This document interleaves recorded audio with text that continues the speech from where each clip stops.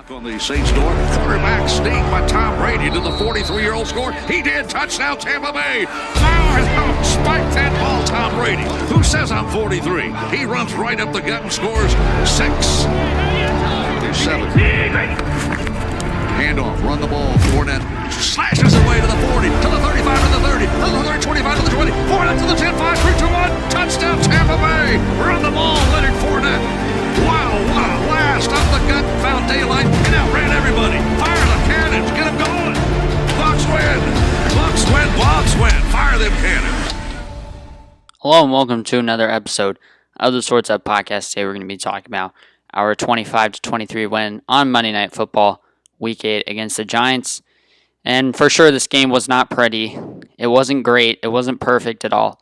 But we got the win, and today we're going to be talking about the key stats and the players from this game, as well as why we won this game. Alright, so no major injuries coming out of this one, so let's go straight into the stats. Starting on the Buccaneer side of things, Tom Brady had a pretty good game for us and really made a lot of clutch plays in this one. I'll talk about that later, but stats-wise, he had 28 completions on 40 attempts, 279 yards, 2 touchdowns, and once again, no interceptions. Leonard Fournette was the leader on the ground, 15 carries for 52 yards, followed by Ronald Jones, 7 carries for 23. And our player of the game in this one, who I'm going to be highlighting, is Mike Evans. He was our leading receiver in this one, 5 catches for 55 yards and 1 touchdown, and really stepped up as top receiver we needed today, obviously with Chris Godwin out and Antonio Brown still being suspended. He played really well in this one and was one of the few bright offensive spots for us in this one. Our second leading receiver was Rob Gronkowski, 4 catches for 41 yards, and had the other touchdown catch. Jadon Mickens was third, 5 for 36 yards. Cam Brate, 2 for 35. Scotty Miller, 3 for 35. Tyler Johnson, 2 for 35 as well. Ronald Jones, 4 for 23, and Leonard Fournette, 3 for 19. Defensively, the leading tacklers were Jamel Dean, Antoine Winfield, Jason Pierre-Paul, and Devin White, who each had 7 total tackles. In addition, Jason Pierre-Paul and Devin White also had a sack apiece, and Jason Pierre-Paul had 2 tackles for loss, and Devin White had 1. Jordan Whitehead also recorded a tackle for a loss, and Ndamukong 2 recorded a sack and a tackle for a loss. And getting the 2 interceptions off Daniel Jones were Carlton Davis, who also had 2 passes defended, and Sean Murphy-Bunting, who hadn't pass defended.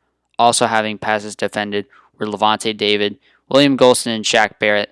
Shaq Barrett having 2, and David and Golston having 1 each. On the Giants side of things, Daniel Jones played okay. He had some really great moments, but also made some really key mistakes that ended up getting us back into this game. He went 25 for 41, 256 yards, 2 touchdowns, 2 interceptions. Wayne Gallman was leading rusher, 12 carries for 44 yards, 1 touchdown, followed by Alfred Morris, 8 for 28 yards, and Daniel Jones had 3 rushing attempts for 20 yards. Leading receiver for the Giants was Sterling Shepard, 8 catches, 74 yards, followed by their tight end Evan Ingram, 5 for 61 yards. Darius Slayton had 5 for 56 yards. Golden Tate had one of the touchdown catches. He went 2 for 31. And Dion Lewis had the other. He went 2 for 8 and 1 touchdown. Defensively, the leading tackler in this one was Jabril Peppers. He had 10 total tackles, followed by Blake Martinez, which isn't surprising, with 9 total tackles. In addition, he also had a tackle for a loss. Isaac Yiadom had 8 total tackles. And then Leonard Williams and Carter Coughlin each recorded a sack and a tackle for a loss. James Bradbury, Kyler Fackrell, Devontae Downs, and Isaac Yiadom each had a pass defended, and Jabril Peppers had 2 passes defended. So I already mentioned Mike Evans as a key player in this game, and it was kind of tough to choose a key player in this one, considering there was no really eye-popping stats from this one, but I thought he made the biggest impact in this one. Now, just looking at why we won, I know this was a really ugly game, and people are going to discredit us for winning this game against a Giants team that obviously only has 1 win so far this season, but to give credit to them, they played a really good game defensively. I'll just get into more of that in the miscues part. But positives for us were defensive turnovers in the second half. Obviously, the 2 Daniel Jones interceptions really turned the game around. And Tom Brady made some really clutch plays. He was facing a lot of pressure at times in the game, but was able to move around, step up in the pocket, and also scramble out and make some really nice plays to extend drives. And that was also a big reason why we were able to score points against the Giants defense, who was having a great performance in this game. And also, before you ask, I think the pass interference at the end of the game was the right call. I think they got that right with the no pass interference and picking up the flag. I think when you look at it, it's pretty simultaneous, and I think it would be really harsh if you were to give a pass interference to Antoine Winfield on that play. And even if the Giants were given the penalty, they would have gotten the ball at the 1 yard line and still would have had to make that 2-point conversion to tie the game.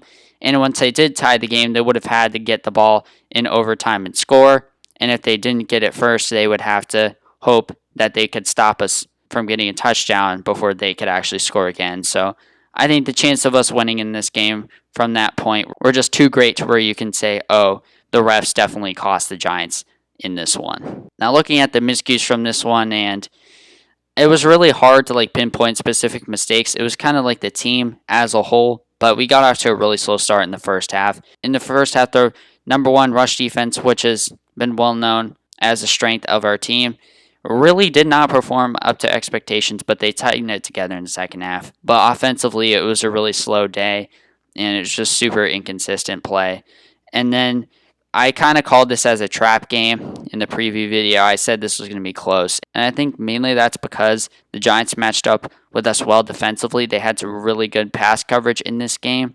But also it's probably because we were looking forward to next week's game against the Saints and coming off of two really great wins against the Packers and the Raiders. You could understand why the Buccaneers were kind of a little slow in this one, but it's good to see that they pulled this one out, but it's a little concerning to see that they struggled in this one. But then again, I think we're going to rebound from this one. We're going to have all eyes on the Saints next week on Sunday night. So that's pretty much it for the analysis of this game. Let me know what you thought about it in the comments below.